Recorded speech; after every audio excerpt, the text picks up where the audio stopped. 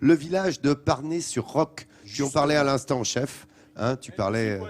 Eh bien, tu nous y emmènes, Jean-Seb, à Parnay-sur-Roc. Nous allons y aller. C'est vrai que le département de la Mayenne est pour le moins discret.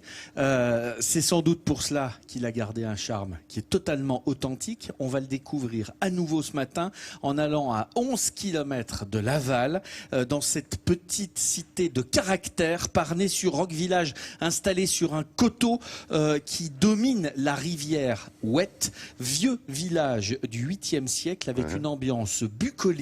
Un vieux pont, une ambiance aux fresques murales. En fait, Parnay-sur-Roc, c'est une de ces petites cachotteries de la Mayenne qu'on découvre. Niché dans la campagne mayonnaise, le village de Parnay-sur-Roc a conservé son caractère d'antan. Sur les façades, au fil des rues, le temps semble s'être arrêté. Entre. Bonjour Thérèse. Thérèse et Marie-Thérèse, deux amies de longue date, y habitent et elles sont même voisines. Et ces dames connaissent le bourg sur le bout des doigts. Elles ont même participé à l'écriture d'un livre dédié à la mémoire des anciens de Parnay-sur-Roc. Et au fil des pages, les souvenirs ressurgissent.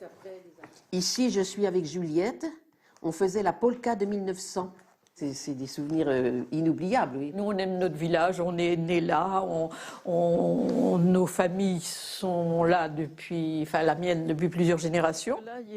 Et quand elles partent en balade, chaque lieu leur rappelle une anecdote, en particulier au cœur des Roquets, ces petites ruelles en pente typiques du village. Voilà. Tiens, il y a toujours avec le cadenas. Ça, elle est ancienne, cette... Ah oui. Oh, c'est incroyable. Oh, j'en ai passé du temps, là, moi, avec Juliette. Enfant, on aimait bien venir dans les Roquets parce que pour nous, c'était la liberté. On était un peu à l'abri de tout le monde. Ouais, c'était la liberté, un petit peu. Un peu éloigné des parents. Alors, s'il y avait des petites... on retrouvait les petites copines, là. Autre lieu rempli de mémoire, l'église. Avec son clocher-porche roman unique en Mayenne, à l'intérieur, des fresques du XVIe et du XVIIe siècle ont été restaurées. Et ce lieu tient une place particulière dans le cœur des deux amis. On a été baptisés là, mariés dans cette église. Communion, baptême, oui, mes enfants. Ah oui, moi je suis très très attachée à cette église. Et le charme de ce petit village ne séduit pas seulement les anciens. Les nouveaux venus aussi se laissent emporter par la beauté du lieu et son hospitalité. Parnay, j'ai eu un coup de foudre et je trouve que c'est très agréable. Et c'est vrai qu'il y a cette convivialité entre l'âge, les personnes qui sont déjà originaires de Parnay, les jeunes qui arrivent. C'est intergénérationnel. Ce cadre chaleureux et la beauté de l'architecture attirent donc de nouveaux habitants. Parmi eux, la famille Le Prieur. Ils habitent cette bâtisse appelée la Maison aux Deux Tourelles. Construite au XVe, elle a la particularité de posséder deux tours qui abritaient autrefois des escaliers. À l'époque, des tisserands y vivaient et y travaillaient. Leurs ateliers étaient installés au sous-sol, dans des caves humides, pour conserver la souplesse du fil de lin. Tiphaine et sa famille y habitent depuis plusieurs années et il leur a plu au premier coup d'œil.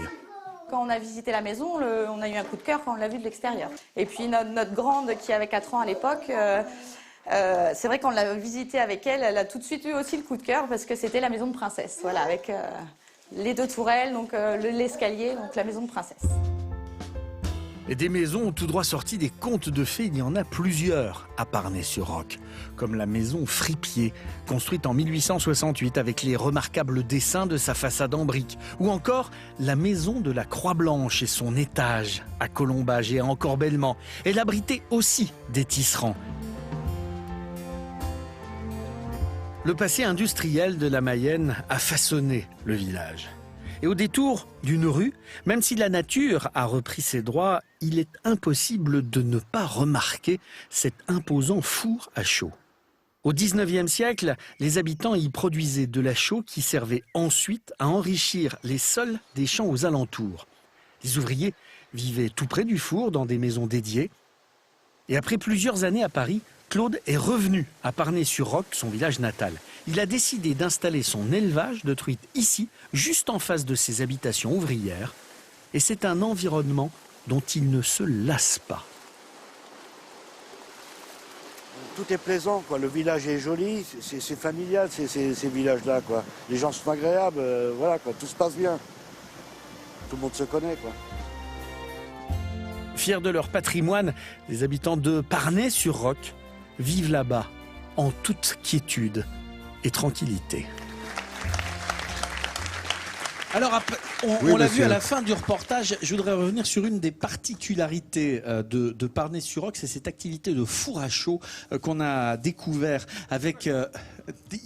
Pour avoir, il y en avait beaucoup dans la région des fours à chaud. Il y avait la plus grande exploitation de chaux d'Europe. Voilà, ici. alors la question de savoir, c'est pourquoi il y avait des fours à chaud ici.